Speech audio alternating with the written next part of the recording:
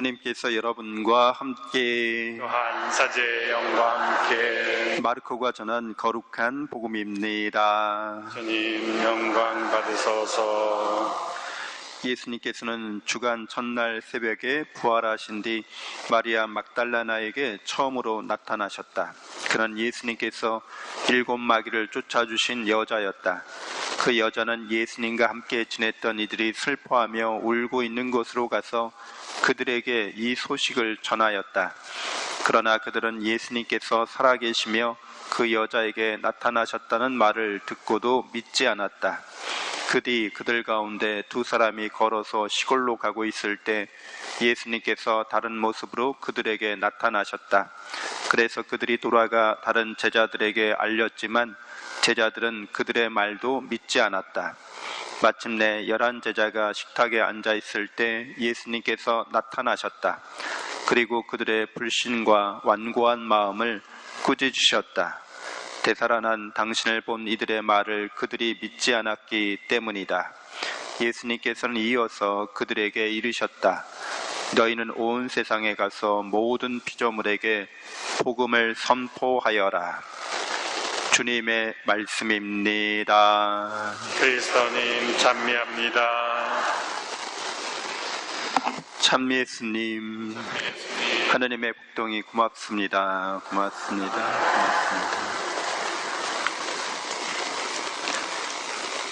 네, 예수님께서 막달라 여자 마리아에게 처음으로 나타나시는데 막달라 마리아라는 여자는 7 마귀가 들렸던 여자라고 합니다. 그러니까 옛날에 병을 앓고 있으면 그게 다 마귀 짓이다 이렇게 생각하기 때문에 아주 힘들고 어려운 여러 가지 상황이 마귀로 말미암아서 이렇게 고통당하는 그런 전형적인 모습이었다고 볼 수 있어요. 그때 그렇게 사회에서 아주 어려운 처지에 있는 사람인데 이 막달라 여자 마리아는 예수님이 살아생전에 큰 사랑을 보여준 사람이기도 합니다. 그래서 아무도 가기 전에 제일 먼저 그 무덤으로 새벽같이 갔던 인물이었던 거죠. 그때 이런 여자의 증언, 내가 부활하신 예수님을 만났어. 무덤이 비어있어. 근데 유다인들 그 당시에는 모든 법정에서 그렇고 신빙성이 없다는 거예요. 여자의 증언은. 그러니까 요즘도 법정에서 만 몇 세 이하의 어린이의 증언은 우리가 신빙성을 두지 않잖아요. 법정 증언으로서 효력이 없다고 보잖아요. 근데 옛날에는 여자는 법정에서 진술할 자격도 권한도 없어요. 그러니까 여자가 전하는 말은 무시해도 된다는 뜻이에요. 화나시죠? 아니 옛날에는 그냥 그랬어요. 네. 그러니까 이 여자가 전하는 것들이 얼마나 믿기가 어려웠겠느냐 하는 걸 반증하고 있습니다. 그리고 정말 이 사건이 실제로 일어났다는 것을 또한 드러내기도 합니다. 왜냐하면 꾸며낸 이야기라면 이렇게 기술하면 안 돼요. 여자가, 그것도 7 마귀 들렸던 여자가 그 소식을 우리한테 전한다고? 거짓말이네. 당연히 이렇게 나올 반응을 예상할 수 있거든요. 그러니까 이 예수 그리스도의 부활의 사건은 진실을 전하고 있다는 걸 알아야 합니다. 그래서 이 여인이 이제 말을 전했는데 당연히 안 믿는 거죠.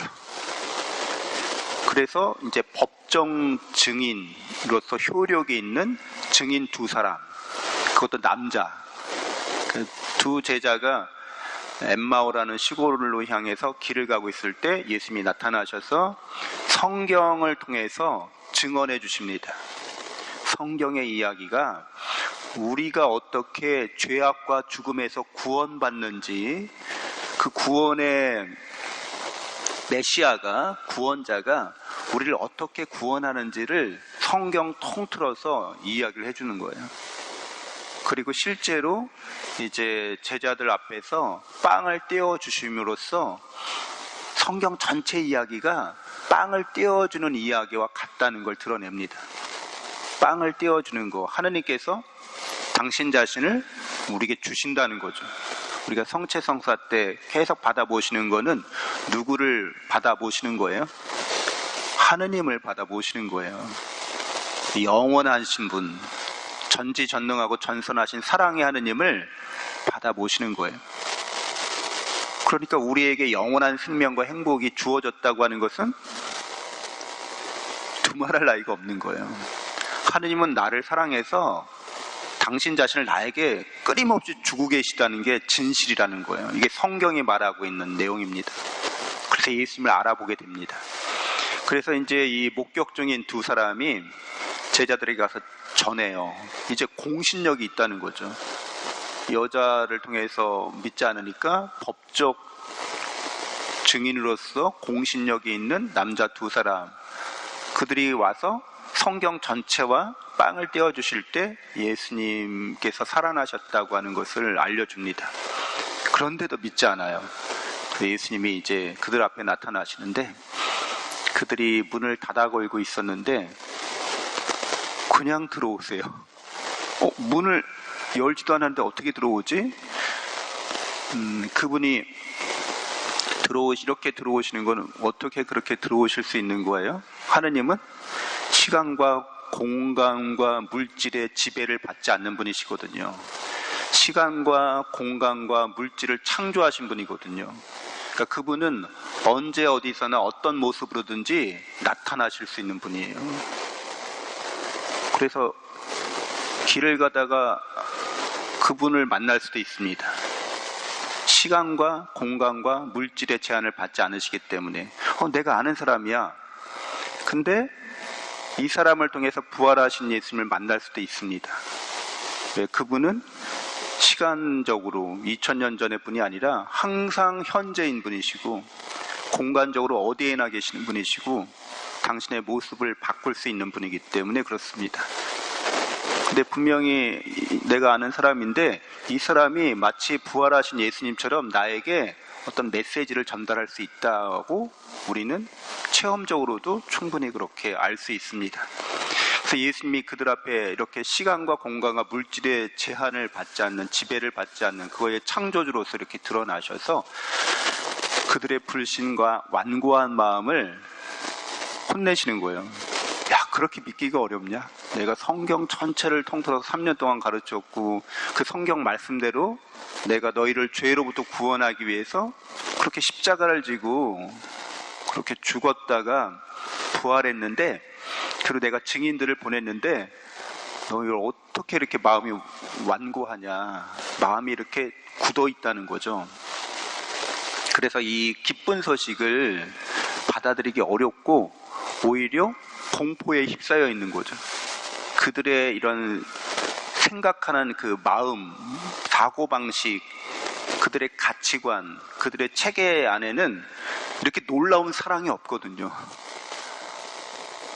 이렇게 생각할 수 없는 은혜를 베푸는 그런 사랑의 하나님은 없거든요. 그래서 유령이다 이렇게 얘기를 합니다. 그래서 예수님께서 그들에게 성령을 보내시고 마음을 하느님의 마음으로 바꿔주시면서 복음을 전하라고, 모든 피조물에게 복음을 전하라고 파견하십니다. 모든 피조물, 이 만들어진 세상, 그래서 하느님께서 만드신 이 온 세상에 하느님의 사랑의 복음이 널리 전해져야 한다는 거예요. 근데 이렇게 하느님의 사랑이 널리 전해진다는 거는 이 만들어진 세상, 피조물이라고 하잖아요. 이 세계가 정체가 드러나는 걸 말합니다. 여러분, 이 세계의 정체가 드러나는 거예요. 이 세계가 어떤 세계예요? 이 세계는 하느님이 무로부터 창조한 세계라는 게 드러나는 거예요. 본래 모습 그대로. 여러분들이 이렇게 막 꽃이 피고 지금 탄천에 막 이렇게 아주 봄 기운이 만연하죠. 여러분, 이 세계는 원래부터 이랬던 게 아니에요. 원래부터 있었던 게 아니에요. 무라고 하는 거죠. 없음이라고 하는 거예요. 본래 그래서 이 물질 세계의 속성은 무라고 하는 겁니다. 없음이라고 하는 거죠. 근데 이렇게 놀랍게 나타나 있죠. 어떻게 이렇게 되어 있는가는 하나님의 사랑으로 이렇게 창조됐다고 말하는 겁니다. 이 우주가, 이 거대한 우주가, 광대무변한 우주가 하나님의 사랑으로 창조된 거예요. 우리를 위해서, 나를 위해서 이 우주가 창조된 거죠. 이 세상의 정체죠. 모든 피조물에게, 그래서 이 세상 모든 것에 하나님의 사랑이 충만케 하라는 게, 그 드러내라고 하는 게 제자들의 소명인 거예요.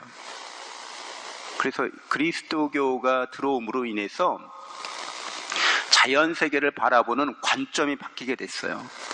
전에는 어떻게 생각했어요? 이 자연세계는 원래부터 있었던 거야 이렇게 생각했거나, 원래부터 있었던 거, 누가 만든 게 아니라는 거예요. 그냥 있는 거라는 거예요. 유물론적 사고죠. 오늘날에도 유물론적 사고를 갖고 있는 사람들이 있어요. 고대로부터 있었던 생각이에요. 누가 만든 게 아니라 그냥 있었다는 거예요, 이게. 동양의 철학자들도, 성리학자들도 그렇게 생각했어요. 그냥 있는 거지 뭐, 누가 만든 게 아니지. 그러니까 사랑으로 창조됐다고 말하는 것과 전혀 다른 생각이죠. 그리고 유물론자가 아닌 사람들은 어떻게 생각했냐면, 이 세계는 어떤 투쟁의 결과로 신들 간의 싸움이 일어나가지고 패배한 신들의 시체로 만든 거야 이렇게 생각했어요. 굉장히 부정적인 세계관이죠. 이 세계에는 약자들의 희생으로 세워진 그런 세상이다 이렇게 보는 거죠. 그래서 어떤 생각을 갖고 있었냐면, 약자들이나 힘없는 것들은 당해도 싸 이런 생각을 갖고 있었어요. 고대에는.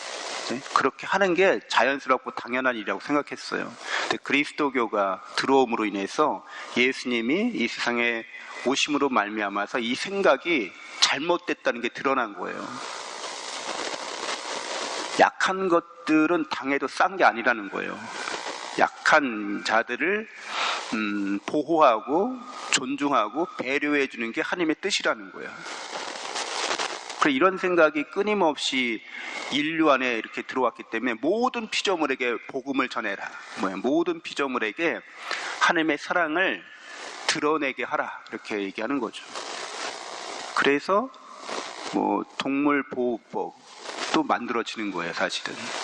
이런 연유가 보면은 동물들에게도 복음을 전해야 된다는 거예요. 동물들에게서 하나님의 사랑이 드러나도록 해야 된다는 거예요.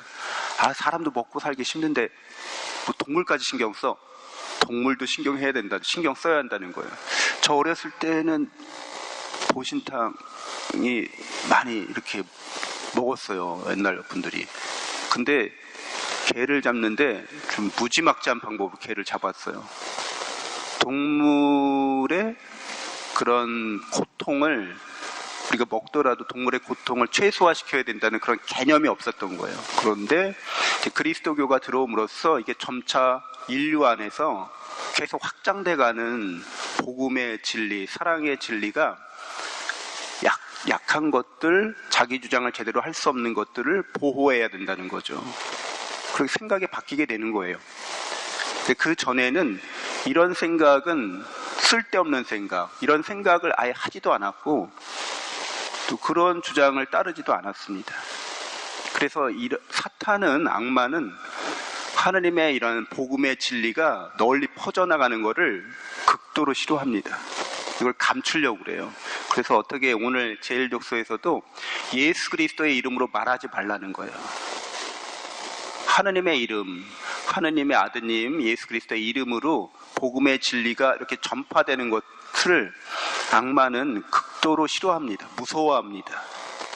그게 악마가 우리 인류를 끊임없이 이제 죄악의 길로 이끌려고 할 때 이 복음의 진리가 드러나면 하나님이 우리를 얼마나 사랑하는지, 우리가 어떻게 서로 사랑해야 되는지, 그게 인간다운 길이고 그게 생명의 길이고 영원한 행복으로 가는 길이라는 것이 드러나게 되면 악마가 하는 모든 거짓말과 사기와 이런 폭력들이 다 까발려지기 때문에, 힘을 발휘할 수 없기 때문에 그런 거죠. 여러분들은 다 복음의 진리로 무장하셨죠?